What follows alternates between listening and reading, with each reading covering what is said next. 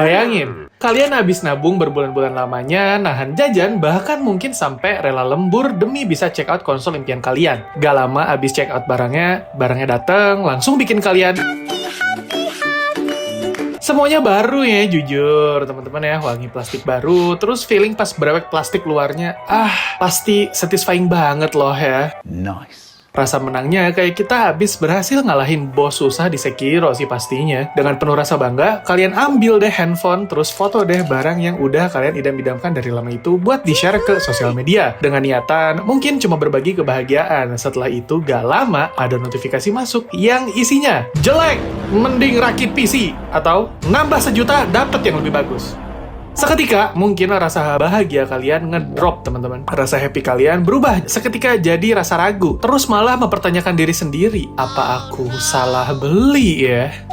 Teman-teman, jujur, kenapa sih banyak banget orang-orang yang ngerasa harus jadi polisi budget deh? Maksudku, mereka tuh pengen dapat reaksi apa sih? Reaksi kayak gini.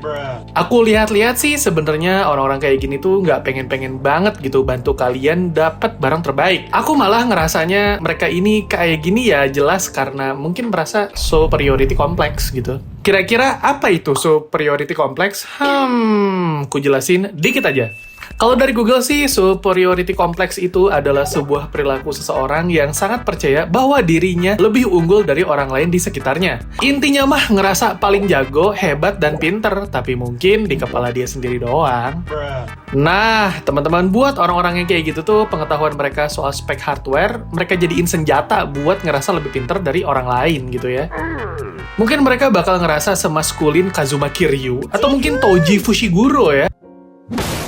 Kalau bisa ngebuktiin bahwa apa yang kalian pilih itu nggak worth it kali ya, jujur.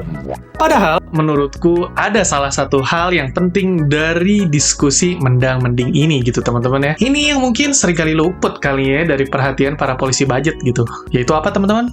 Betul, kondisi finansial orang yang beda-beda tentunya ya.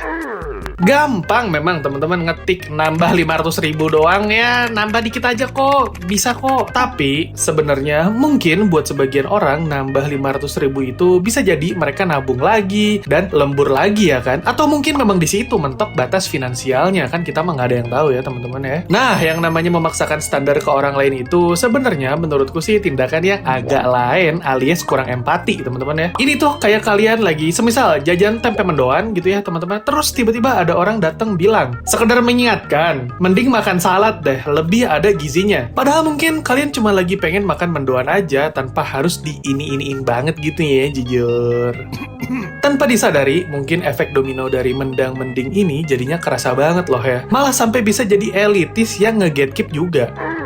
Banyak mungkin orang yang baru bisa beli konsol atau laptop buat coba main game yang mereka pengen jadinya ciut. Soalnya ngerasa gak punya setup rata kanan. Sesuai yang abang mendang-mending ini saranin di awal tadi teman-teman ya. Seolah jadi bangun tembok gitu. Padahal mah sama-sama gamer ya kan. Sama-sama main game gitu maksud aku tuh. Padahal kita semua sadar esensi main game kan keseruannya gitu. Bukan malah adu gengsi spek dan adu worth it-worth-itan ya kan. Ya, gamer itu kan basisnya komunitas ya. Kenapa jadi kayak lembaga audit keuangan gini ya kan?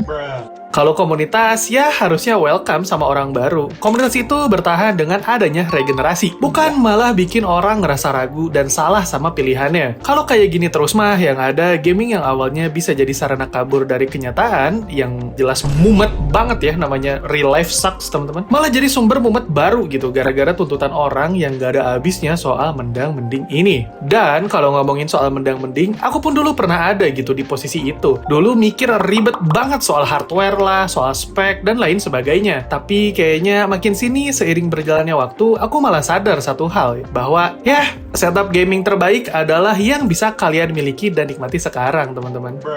Value of happiness itu beneran, teman-teman. Itu tuh nggak bisa diukur, itu tuh nggak ada patokannya. Makanya ada istilah, kalau udah hobi mah harga berapa aja digas, ya kan? Kayak rasa seneng dapetin item drop di game atau menang match di League of Legends ketika mabar sama temen. Itu semua rasa yang valid loh ya, teman-teman. Ya, itu valid. Gak peduli tuh kalian main di platform apa, konsol apa, spesifikasi PC kalian apa, monitor kalian apa, selama kalian happy dan enjoy, ya cukup big W sih teman-teman ya. Dan coba cari sudut pandang yang lain aja gitu menurutku. Jangan lihat ini semua sebagai investasi, tapi lihat ini sebagai real sarana rekreasi semata.